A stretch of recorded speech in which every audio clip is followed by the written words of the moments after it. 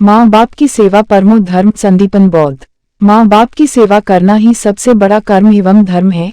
एक मार्मिक एवं भावनात्मक कहानी लिखो हिंदी में। एक समय की बात है, एक छोटे से गांव में रामू और उसके माँ बाप रहते थे। गांव के सभी लोग रामू की माँ बाप की सेवा का बहुत सम्मान करते थे। रामू के पिता एक दिन उसे समझाते हुए कहते हैं, बेटा, धर्म और कर्म का सबसे बड़ा अंग हमारे माता पिता की सेवा करना होता है। रामू उस बात को समझता था और वह अपने माँ बाप की सेवा करने में कोई कसर नहीं छोड़ता था। एक दिन रामू के माता पिता बीमार पड़ गए। उस समय रामू को गांव के बाकी लोगों से मदद चाहिए थी, लेकिन उसने सोचा कि यह मेरी जिम्मेदारी है कि मैं अपने माता पिता की सेवा करूं। रामू ने अपनी मां के लिए गर्म पानी लाया और उसने अपने पिता को दवा दी। रात में वह उनकी देखभाल करता था और दिन में वह काम करने जाता था।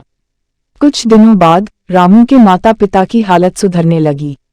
गांव के लोग उसकी मेहनत और लगन की बहुत सराहना करते थे।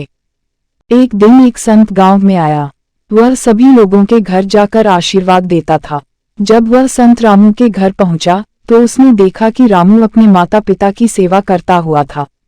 संत ने रामू के सिर पर हाथ रखकर कहा, बेटा, तुमने अपने माता पिता की सेवा करके धर्म का पालन किया है। भगवान तुम्हें सदा सफलता देंगे। रामू के माता पिता भी संत के आशीर्वाद से खुश हो गए। वे समझ गए कि उनका बेटा ने धर्म का पालन करके सच्ची मेहनत की थी। उसके बाद रामू और उसके माता पिता की खुशहाली दिन ब दिन बढ़ती गई। रामू के कारण गांव के अन्य बच्चों को भी इस बात का एहसास हुआ कि माँ बाप की सेवा करना ही सबसे बड़ा कर्म एवं धर्म है। समय के साथ रामू की मान्यता और सम्मान गांव में बढ़ता चला गया। वह एक प्रेरणा बन गया और लोग उसे आदर और प्यार से देखते थे।